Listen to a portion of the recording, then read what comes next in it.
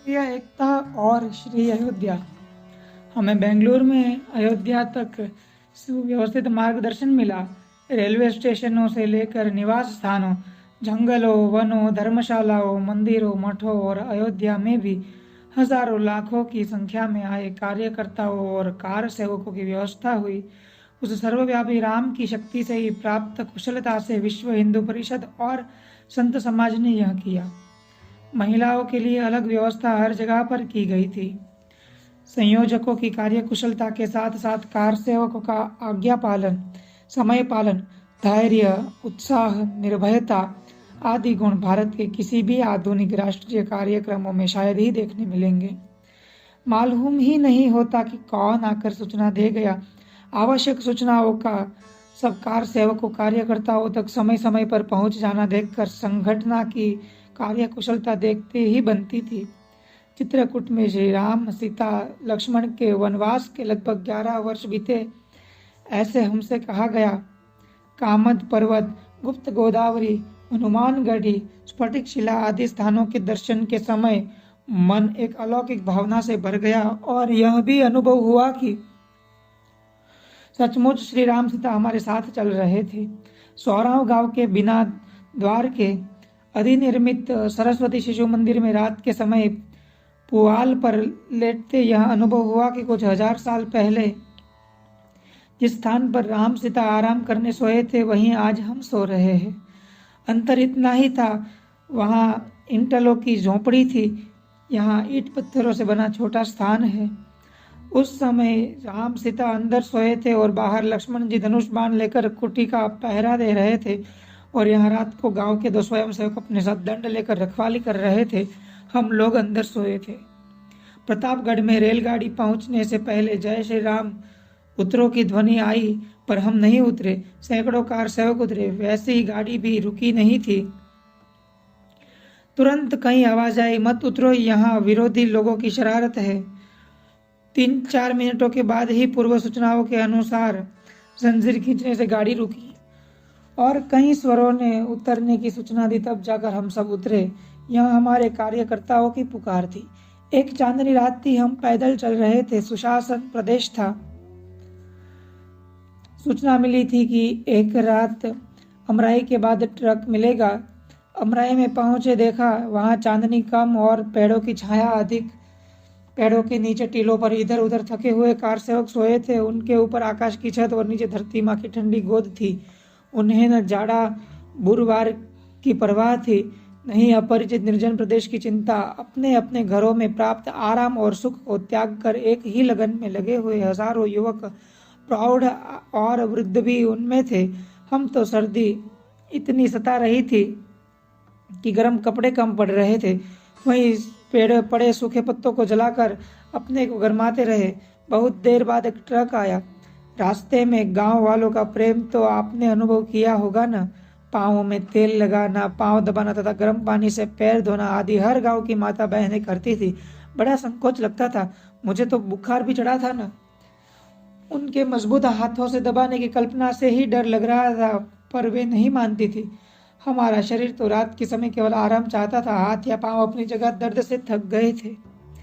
किसी किसी गांव में रात के समय गांव की महिलाएं हमसे मिलने आती थी, तब बैठकर उनसे बात करना, उनके साथ 1-2 घरों में जाकर आना भी पड़ता था। उनके प्रेम की हम बड़ी ऋणी है।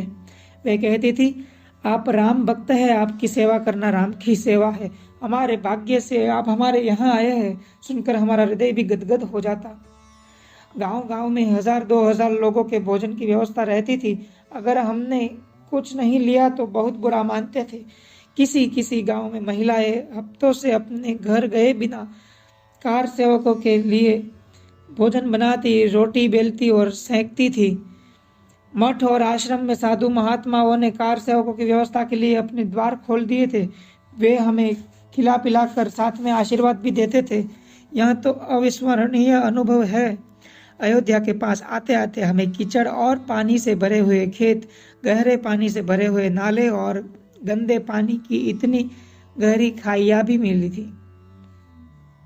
एक खार तो पार करना बहुत कठिन था, पानी कमर के ऊपर था, हाथ में सामान था। हम सोच ही रहे थे कि क्या करें। इतने में जवान कार सेवकों का एक झुंड आया। हमें देखकर बोले, आइए माताजी, संकोच ना करें, चाहे तो हम आपको कंधे पर बिठाकर उस पार ले जाएंगे। संध्या डूब रही थी, सन्नाटा छा गया था, पैर फिसल रहे थे, फिर भी उन राम भक्तों का हाथ पकड़कर और उनके कंधों पर हाथ रख के भार देकर उस दुर्गम स्थान को पार किए। इस समय मन में विचार आता था कि जिस देश में ऐसे समर्थ युवक है, उसकी आज दुर्गति क्यों हो रही है। हैदरगंज के पहले हमारी एक अटैची गड़बड़ी में पीछे छूट गई।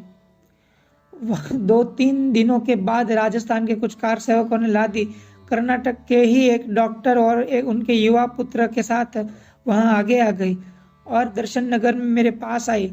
कोई भी सामान किसी का भी हो, देखने पर उठाते, साथ ले चलते और बाद में पूछ कर उसके स्वामी को पहुंचाते ही संतोष का अनुभव करते। क्या यह संगठना यह नहीं सिखाती कि हम सब हिंदू एक हो सकते हैं और सहजीवन बिता सकते हैं। नवंबर 5 तारीख को सवेरा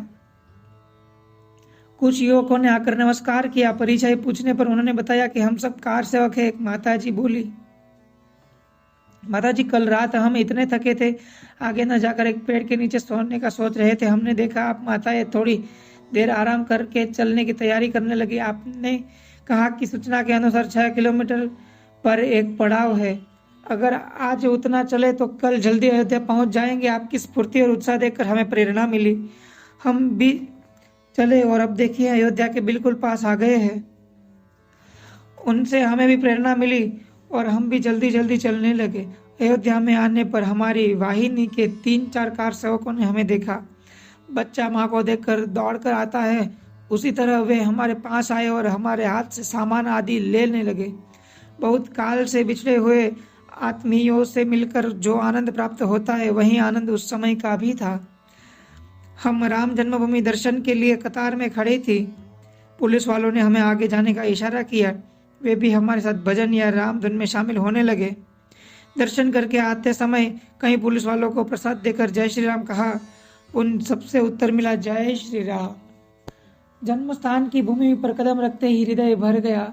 4 आंसू की बूंदें नीचे गिरी, जो कठिन से कठिन या दुखद घटनाओं के समय पर भी बाहर नहीं आई थी। उसी स्थान पर इस भूमि के सपूतों ने मंदिर निर्माण कार्य में निष्ठुर और स्वार्थी शासकों की गोली झेली और आत्माहुति दी थी। शकुंतला पै फ्रॉम बेंगलोर। बातों बातों में प्रयाग से अयोध्या जी की ओर हम चल पड़े।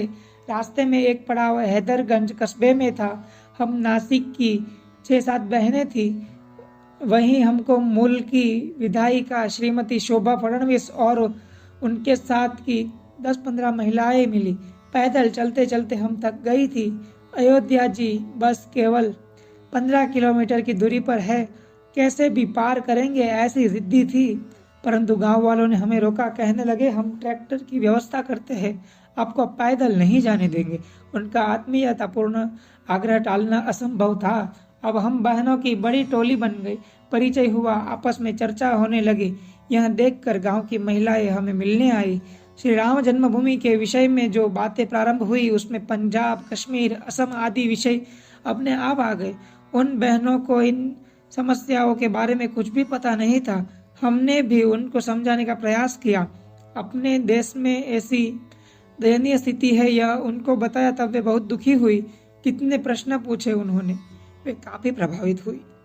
अंधेरा छा गया, फिर भी घर लौटने की उनकी इच्छा नहीं थी। वहां की संजीव कुमारी, अग्रहार पाठक आदि लड़कियों से अभी भी पत्रचार है। जन जागरण का हमारा कार्य किसी भी परिस्थिति में करने का अवसर छोड़ने का समाधान था। निशिगंधा मोगल।